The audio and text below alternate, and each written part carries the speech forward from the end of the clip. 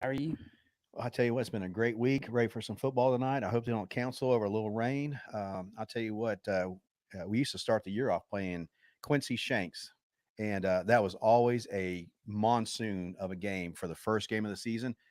And I can tell you what, I don't think our uniforms were dry at any point at that time because it was just pouring down rain, and anywhere you went around the field, you were sliding through a mud hole. And so, where is Quincy Shanks? Is that like Quincy, like over in Gadsden County?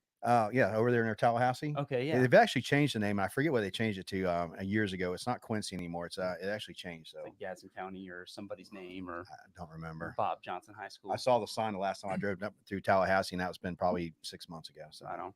Well, so it does look like it might rain today, and that presents a little bit of a, I wouldn't say a conundrum more than any other team, but I mean, Niceville likes to pass the ball. Do you see a lot more running taking place maybe this evening? no, absolutely not. You've got to have both games, on the ground and in the air going. Keep in mind both teams have to play in this environment. So I think Niceville is going to be well prepared for this, and I think Pine Forest will be well prepared. But I think Niceville will prevail in this one. Here's the thing that I really enjoyed about last week's game. So, game one, we have a Niceville team that's fresh out of the blocks, right? And we see a lot of interceptions, a couple of turnovers come through. In game two, it felt like all that was completely cleared up. They looked really, really strong against the Scambia. And not only the kids on the field, but the kids out in the bleachers, man, were rocking. And that home field advantage is absolutely not a joke. It's like a Division 3. It's like going to like the best Division 3 college football team in America and watching that team play. Well, I agree with you, Chris. I tell you what, these guys look like they were poised to win. They were clicking on all cylinders, and I tell you, I was really impressed with these young men out there on the field. Coaches have done a really good job preparing them. I expected to be a little bit closer game, but I'm glad it was a little not so much work Yeah. on the Eagle side. One is you want to stay healthy, and it looked like some other players got some playing time in there too. But it was a great game all the way to the end when we won. Yeah, So. and I think what completely surprised me about this was that, uh, I thought Escambia. We sat here and said like Escambia is a tough team, and they came out and just popped them off, right, and beat them what 42-21, and to see the second string get in there and get some time on the field, I think really matters. Of course, in the next couple of years when they're actually on there full time, right? Talked to Charlie Morello about it. He was really excited, and I Mhm. think he's the perfect guy to talk to about that because he sees the development happening over time, not just on the field, but in the classroom. And I know the other coaches do that as well. But I mean, overall, it's really good when you get your second string team in against a really solid team like Yeah. Escambia. Well, you've got to get them in there because keep in mind, these kids are working just as hard as the starters are, and they don't get to see that spotlight every now and then. So for them to get out on the field and be able to showcase their talents as well and, put points on the board, that just tells you what kind of caliber of kids and how much depth we actually have on the field. So it's pretty impressive what Coach Grant Thompson's done with these guys and all the other coaches. So um, kudos to them and, keep playing and keep playing hard, stay focused and do what you're taught. Technique is everything in this game. When we were playing, I remember technique was beat into us, Hmm.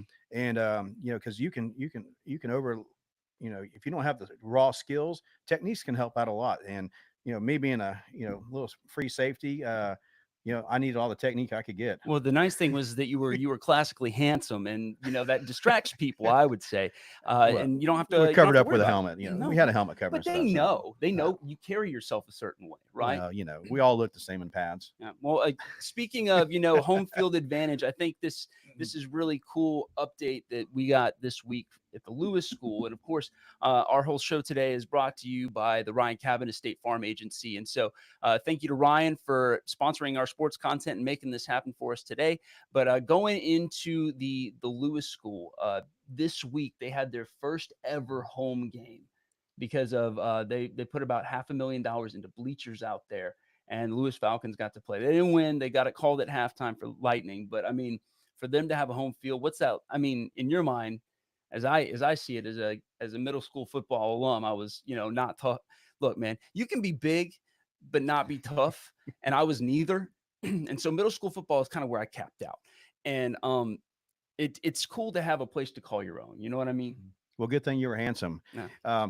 Yeah. So, I don't know if you saw Adrian's coach Hmm. Robinson. He and I played football together there at Hmm. Lewis, and I tell you what an experience that was. Of course, back then we always Niceville Stadium was either our Mhm. home game. So shared that with Ruckle, and so it was kind of one of those things when we both played each other. It's like, well, who's going to be home this weekend? Yeah. You know, but for Lewis to establish her own home field, it's a great facility. It's an awesome field. I mean, we practice there, well maintained. I tell you, you couldn't ask for a better place to prepare yourself for Thursday night lights. And not only is it a great place to prepare, but I was talking a little bit about this with Paul earlier this week. You know, we have so few fields in Niceville because we're basically on an island Mhm. thanks to the reservation, right? And so those fields over at, Twin Oaks and of course, Niceville Eagle Stadium get so much use. Somebody told me that 200 events a year take place at Niceville Eagle Stadium, everything from graduation to marching band Mhm. practice to football games. And so for them to have a little less wear and tear on that field, I think goes a long way and keeping, Niceville Eagle Stadium a nice place to play football. Absolutely. It does take a lot to maintain the field and keep it prepared. You know, you got to look at too. You got to look at preventing injuries. You know, if you Hmm. got potholes, things like that. You know, divots, the drainage system. I tell you what, we always had one. I remember, you know, when we had these storms come in, the field seemed to drain pretty quickly once all the rain stopped because of the way, you know, if you don't know, it's actually domed, Yeah, because crowned in the it middle, lets it go off and the a sides. lot of Yeah. people don't realize that, but it's for a reason Hmm. to help with water runoff. So, yes, great thing that Lewis has their own little field.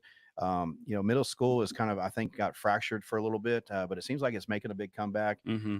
You know, with that, you know, of course, too, Lewis was a big hub for the Air Force when they had all the housing out there. Exactly. And I tell you what, the talent coming in with the military kids, and then get us Valp kids coming in and merging, and then when we merged at Niceville, I mean, it was a great great experience, and just a great team coming together ultimately. But with the military basing not having the housing like it used to, I mean, there used to be probably easily 1,000 kids on military housing. Hmm. And of course, that's all been taken away. And that, talk about housing problems. You got over 600 acres on the Air Force Base. Not to mention Paquito Bayou is like another 300 acres or so. I want to say that's probably worth at least 1,500 houses. Hmm. I'd like to see the Air Force rebuild that structure. There's a elementary school on board. That's right. I hear while I was out campaigning, some of the things I heard was the lack of community, and families are coming and going all the time. But that military really provided that base for these kids that they had to support while the families were deployed. Hmm. They had the schools right there. They had child care. Everything was right there at their fingertips. And then when they were pushed out into the community, now they got to work a little harder for that Yeah. and get really engulfed into the community. So I understand the stresses to it, but I tell you what, I really like to see the Air Force come back and put all the housing back on the bases. So, of course, you're running for city council here in March, right? Yeah. If you're able to, win this election, get on the city council, what do you kind of see as your role in getting more housing so that we can have more kids, like we did back in the day? Well, as you know, Niceville is pretty landlocked. Hmm. We're looking at probably the last of any housing development we'll see with the out here in Deer Moss Creek, Hmm. and with that, with the houses being renovated currently, some of these older houses are getting a nice facelift, so that's making it appealing and attractive to come back in here into the area. So what can we do? I think really is what we're missing is we got to have the services here Hmm. that have people come in, and we've got to invest in those ball fields, the extracurricular activities, to bring these kids and get them, keep them off the streets, get them into sports, and that family community atmosphere that I grew up in that I miss so much that I try and keep my family in right now. Absolutely. Because I tell you what, I think if it wasn't for that, never telling how it would turn out. Absolutely. To be quite honest. Well, I think you're a good guy now, though, and that's Well, what hey, But let's talk a little bit about the other picks. So, I mean, obviously, everybody, we're not gonna sit here and BS you. We're all gonna pick Niceville High School because we're all suckers and homers. But we have four pickers this week on our Midbay News Pick'em. Of course, your boy Christopher, your boy sitting next to me, Heath. Paul's got a slate of picks in as well, oh, and then nice. our guest picker this week is my daughter Cecilia because how much fun is that? Oh, She's a delight, and we're all gonna love it. So nice. all four of us naturally picked Niceville because A, we're homers, and B, Niceville is an amazing football team. So that's a pretty good pick. We're not gonna that's not a big risky pick for us. And so we're excited to see that game tonight. Starts at 7 p.m. and I will be on the sidelines running around like a crazy person. So if you see that person, say a prayer, have a thought, because it's probably going to be raining, and it's going to be a lot of And fun. an umbrella. How about an umbrella? And an umbrella would be nice. Yeah. This is why we need to have a dome stadium. I've talked to the superintendent about this. Dome. Yeah. I mean, it's not that much more expensive. Just put it No. on there, right? Yeah, just over there. So moving on to our east, Walton High is playing Holmes County, and so for this game, I'm picking Walton County. They're 0-2 so far, but they've played really really good teams. They played Mariana, which is a perennial football team or playoff football team out east, and then they came up a couple divisions to play Crestview and only lost by a single touchdown last week. Got a great offense, high powered offense out there in Defuniak Springs, so I'm looking for them to get the win. But Heath, you have a different opinion on this one. So why'd you pick Holmes? Well, just looking at the stats between these, Holmes County seem to be better on paper, Mhm. and so I said, I got to go with Holmes County. Just stats don't lie either. I think they were putting up some good numbers on offense, so we'll see what happens. Yeah. And for I guess the viewers out there, you should know that my daughter went with Heath on this one. She's a Holmes County gal, and I got Paul to go with me for Walton. This next one, Crestview and Choctaw. If you're not gonna go to the Niceville Pine Forest game, but you want to go to a football game tonight, Crestview Choctaw is the one to go to. That one's going to be, and pardon the pun, but it's going to be dogfight. It's a good football team in Crestview, but they're playing at home at Choctaw. Choctaw ran Navarre out of the stadium last week, and so they're looking to be very strong. And honestly, if Crestview wants to have a chance at getting a playoff spot, they need to either win this one or they got to win here at Niceville. Yep. And so, I mean, Oh, what are definitely. you thinking? Cowboys and dogs this weekend, or I'm sorry, Indians and dogs. There it is. There it is. There it is. I got to go with Choctaw with this. I mean, they've looked pretty strong, again on paper, and with last week's performance, Crestview, I just feels like they're not at home too. Yeah. They're gonna show down at Etheridge Stadium, and just not be able to pull it off. I'm right there with you. I think Choctaw is the stronger team. I think Choctaw is probably I don't want to say the most complete team because I do honestly believe that Niceville is the most complete team in the county right now, but Choctaw is not far off. No. And I think that Choctaw is a very real threat to run the table in Okaloosa County and win it all. Luckily, we're in different divisions, so win or lose, if we have a bad night, because it can come down to that, right? Somebody can just have a bad night. Yep. Well, back in the day, that used to be the districts were your counties you played in. So Choctaw was obviously a big game, Walton Beach, Crestview. So all those mattered. It was more bragging rights too for the county. So and that's what I love about middle school football because it's an honest to God county championship.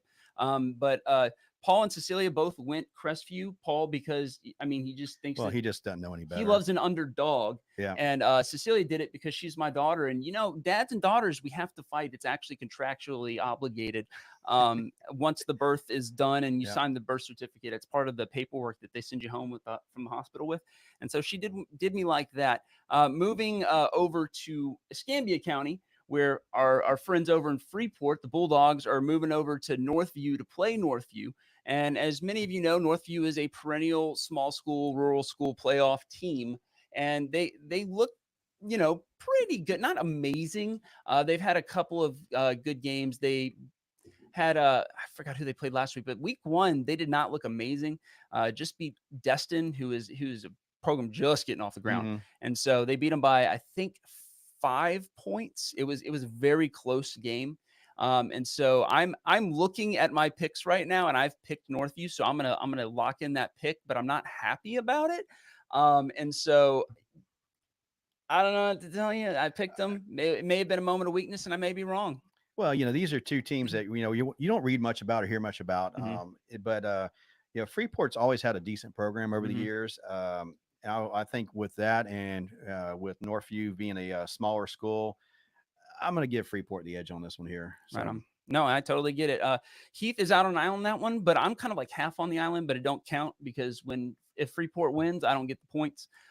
So Paul, Cecilia are with me at Northview, but moving over to a much, I would say, easier pick. Fort Walton Beach at West Florida. Fort Walton Beach stumbling out of the starting blocks this year, man. It has not been good. I don't believe they have a score on the board. They may have gotten one last week, but if they do, it's in the single digits so far in their first 2 games. West Florida is not having that problem this year. They look to be a strong team. Absolutely.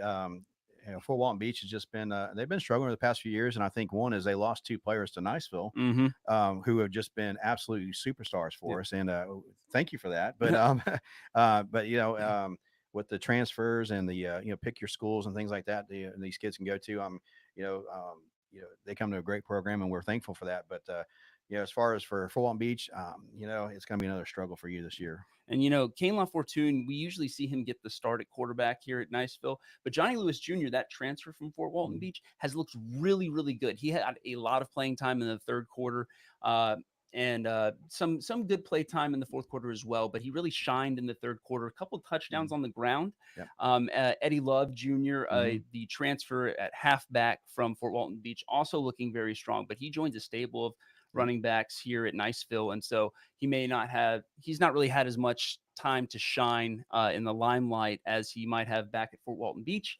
But that's not to say that he's not a talented running back. East Carolina has already offered him a scholarship, so he's looking really, really good. Moving on to the college ranks, and I had to do it to you. SMU is playing at BYU this week, and of course I am picking the SMU Mustangs because, as you know, I am a serial homer. And also, come here, let's go over here. Come here, look at me. Look at me. SMU is the best football team of all time. Deal with it. Okay? Look, now, Florida fans, Florida State fans, I know it's been a rough couple of weeks. And you might be thinking to yourself, Christopher, how can I go on? How can I live like this? And let me tell you, Heath, come here, over here. Look, here's the deal. SMU is welcoming people on the bandwagon. We'd love to have you. Oh, I'm sure they are. Yeah. I mean, they're like the Cinderella story of college football. Look, out man, of Texas, back from the dead. All right, and we'll have you. Okay, because all 6 of us SMU fans on Earth don't fill up the stadium, and it's kind of embarrassing. And I remember in 2012 when we had Texas A&M come to SMU, the stadium was sold out, first sellout ever. And A&M was there, right? Because A&M was there, and we took a turd, we took it out of the punch bowl and made sauce with it, because next year's recruiting brochures showed a full SMU Gerald Ford Stadium that had been colorized so the maroon looked red. Nice. It was nice. Nice. So shout out to my boy AD Rick Hart for that one. So little pony trivia for you. Most of us picked the ponies because Cecilia knows better than to trifle with me on this one. So Heath, what do you think about this game? Yeah, looking at the stats on these guys, I mean, you got to go with SMU on this one here. And they just look so good in those uniforms. I tell you, I kind of like the pony. There it is. I mean, the Mustang. That shows strength right there, strength and resilience, and we conquer anything. Exactly. And did you know in 1933 we kicked the Fordham Ram? Peruna kicked the Fordham Rams in the head and killed him. It's the only mascot that's killed another mascot. Did not know that. Yeah, gang. Yeah. All right, trivia information that I'll put in my back pocket. Now, moving to another Texas team that you might have heard of. It's called the University of Texas at Austin. It's one of those other schools down there. They're playing against the mighty Michigan Wolverines, and we were split on this one. The group was split on this team or this game going into this. I picked Michigan because it's at the Big House, but that's really all I got. If Harbaugh was still there, I probably would have chose Michigan, but it is Texas. I'm waiting for little Manning to come out and play. Yeah, Arch. I mean, they're spending all this money on him. Yep. And he's still number 2. And ain't right. It just ain't. It ain't right. Yep. But I still think Texas being on the road in the Big House, they're going to pull it off. Right on, man. Moving over to a game that maybe 5 years ago we would not have covered because it would have been completely irrelevant. Kansas at Illinois. Yeah, I wouldn't have covered it if you hadn't brought it up. I mean, we're moving in the right direction for Kansas. Kansas is ranked.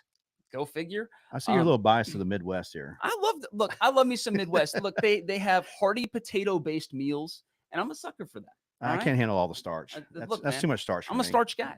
All right. I can't do it. That's how I built by starch. All right. Built by starch. All right. That's what I'm talking about. All right. And so finally we have San Jose State going to the Rocky Mountains to play the Air Force Academy. And what do you think, man? Again, how can y'all go for Air Force? I mean, they're at best.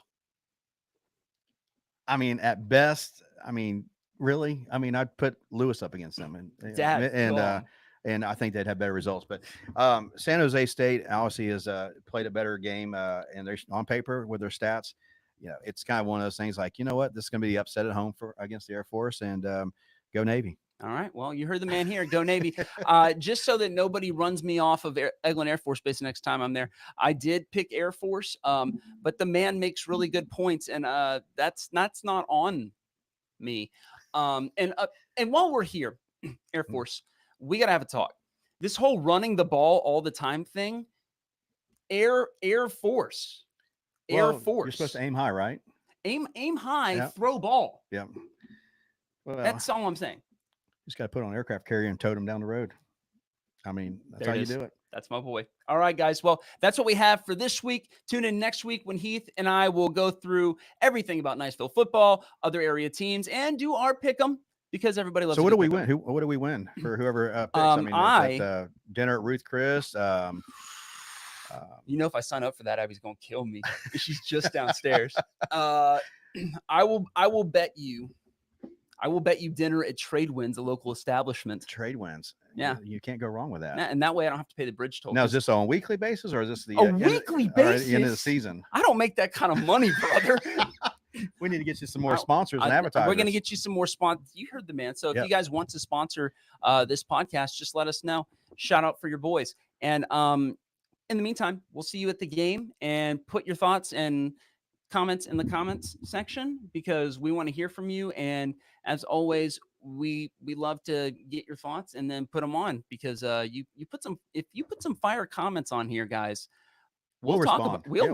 Yeah, we'll address the issues. My man in the comments section. Yes, all right. We will address the situation as they come Exactly. up. So we're not scared. No, that's right. But we're in the comment section just like Sherry was. Yeah. So anyway, that's what we got. All right, guys. We will see you tonight at the game. All right, guys. Have a good night.